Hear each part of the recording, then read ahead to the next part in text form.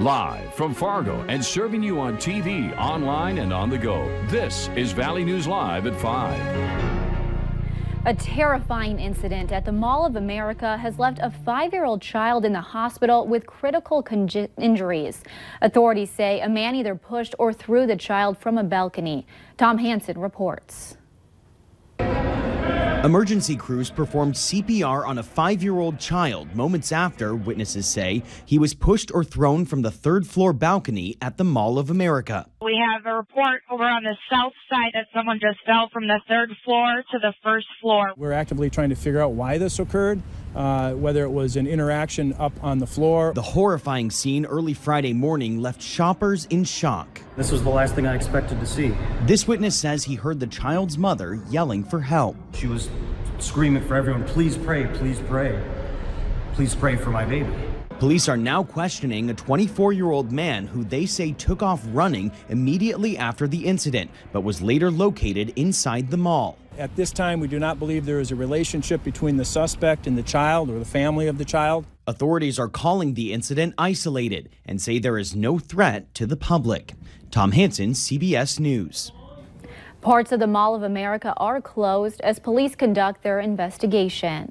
That heavy wet snow we've been slammed with the past 24 hours is almost over, and the silver lining is just around the corner. But before we get to that, Hutch, should we expect any more flakes going into this evening? Yeah, we do have a few showing up on the radar, mainly in eastern portions of North Dakota. We're seeing some moderate to light snowfall, and as this passes through, kind of hit and miss in nature, you can expect a ½ inch to maybe an inch of additional accumulation. Right now, we're seeing some of these heaviest showers from Nelson County right near Michigan into Griggs and Steele counties and trailing off southward into the Barnes County area. We do expect some improvement this evening. And by the time we get to the overnight hours, our chance of snow showers will be ending as temperatures will be fairly steady under cloudy skies around 30 degrees. Grand Forks, upper 20s expected there with snow ending this evening as well, setting the stage for some better weather this weekend. And I'll have details on how fast it melts here in a bit. Okay, that's the big question, and hearing that we have a nice weekend ahead of us too. We do. Okay, thank you, Hutch. Yeah. And you may have noticed we've had a lot of snow this year, even for here in the North Dakota and Minnesota states. And the Fargo, West Fargo, and Moorhead City Public Works departments say they've been feeling it. Moorhead Public Works telling us they put in 3,000 overtime hours so far and have paid $90,000 in overtime. All the hours equate to around 61,000 miles they've driven snow equipment. Not to mention, we still have to deal with flood season. The flood crest hit the 35-foot crest on Monday, and then we have a blizzard 4 days later, and then we're still going to back off and go back to flood fighting. So it's been a busy winter and spring so far. Moore says his team has put in more time and money than any of his previous 5 years working with the city. Meanwhile, West Fargo Public Works says from January to today, staff has worked more than 4,000 extra hours. That's valued at around $119,000. Many of you have gone through what this woman is experiencing, that's being stuck in the snow. Whether it's in your driveway or on the side of the road, we're all digging out from a system that dumped feet of snow on the region. But there's a Facebook group called Fargo Moorhead Pullout and Jumps that wants to help. This group is going around the area pulling people out of the snow for free. I just started to get back to the community. Wanted to make a change in a sense to all the tow truck companies charging people outrageous amounts of money just for a simple pullout. So might as well, get back to the community when you can. Obviously, up here, I got to help everybody out. The group says they are not liable if anything happens to someone's car while they're helping them get out of the snow. And it's time for a look at this week's Valley's Most Wanted.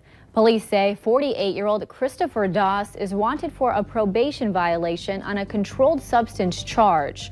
You're urged to call your local law enforcement if you have any information on him.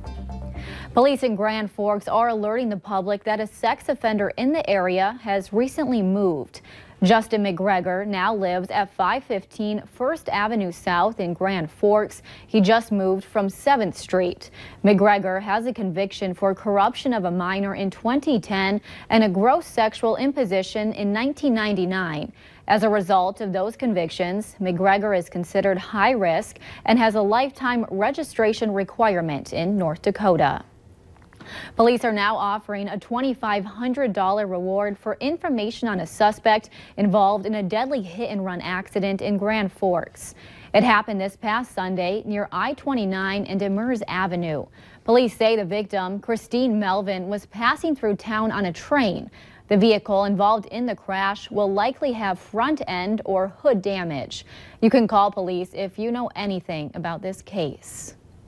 A 19-year-old Red Lake man has been sentenced to 9 years in prison for attempting to murder a young boy who was part of a rival gang.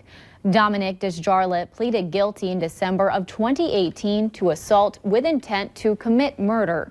He was sentenced Wednesday in Minneapolis. Court documents say on August 29th of 2018, Desjarlais got into an argument with the victim and a group of 6 other boys at a grocery store on the Red Lake Reservation. The documents go on to say Desjarlais followed the victim home. That's when he got out of the vehicle with a gun, shouted the victim's name, and started firing at the group of boys. Desjarlais also admitted to a previous assault with intent to commit murder against that same victim. If anybody knows the whereabouts of Amanda Panda, please return her. We just really would like her back, and her kids would love her back. 3 baby goats are missing their mama after someone broke into their barn and stole Amanda Panda. Now, the Detroit Lakes family is asking for your help. Valley News Team's Rose Itzkovitz has more on the missing mother goat and how it's affecting her babies. It's Ginger Snap. Detroit Lakes goat breeders Jim Brogren and his daughter Andrea are playing mommy. Yeah, you guys are hungry. When you feed them as bottles, they become very close, like a cat, like a dog. They'll follow you around everywhere. After these triplets' mom was stolen on Tuesday. Have you been having trouble giving them the bottle? They have. They're not adjusting real well with it because they are over 3 weeks old now. Jim Brogren says he came down to the barn on Tuesday to find gates open, a broken lock, and a broken window. When the sheriff was out, we found their tracks going through where this water is here. Footsteps now covered with snow once showed where the goat napper made an exit. These goats are like our family, you know. They're our pets more so than anything. The breed is called myotonic fainting goats. You know, if they get excited or a leaf goes blowing across the pasture, they might tip over. You just don't know what will do it. They can sell anywhere from $300 to $700 each. The Brogrens breed them for pets and for show and for breeding. The older ones enjoy eating human animal crackers, but the babies for now just need to get their milk. Come on. Yeah, come on, sweetie. Yeah, just really depressed. Are they really sad since their mom left? They are. The Becker County Sheriff's Department says they're still actively investigating. They and the family are asking the community for help to find her. In Detroit Lakes, Rose Itzkovitz, Valley News Live. The Becker County Sheriff's Department tells us they've assigned the crime as a burglary. If you have any information regarding this missing goat, you're urged to contact the Becker County Sheriff. And Minnesota Governor Tim Walz signed a bill today that will require Minnesota drivers to use hands-free devices if they're on the phone while behind the wheel. The bill cleared its final legislative hurdle yesterday. The final version dropped a provision that would have allowed for phones tucked under headwear, such as hijabs. The new law will take effect August 1st. It will carry a $50 fine for the first violation and $275 after that. Minnesota already bans texting, emailing, and web browsing while driving.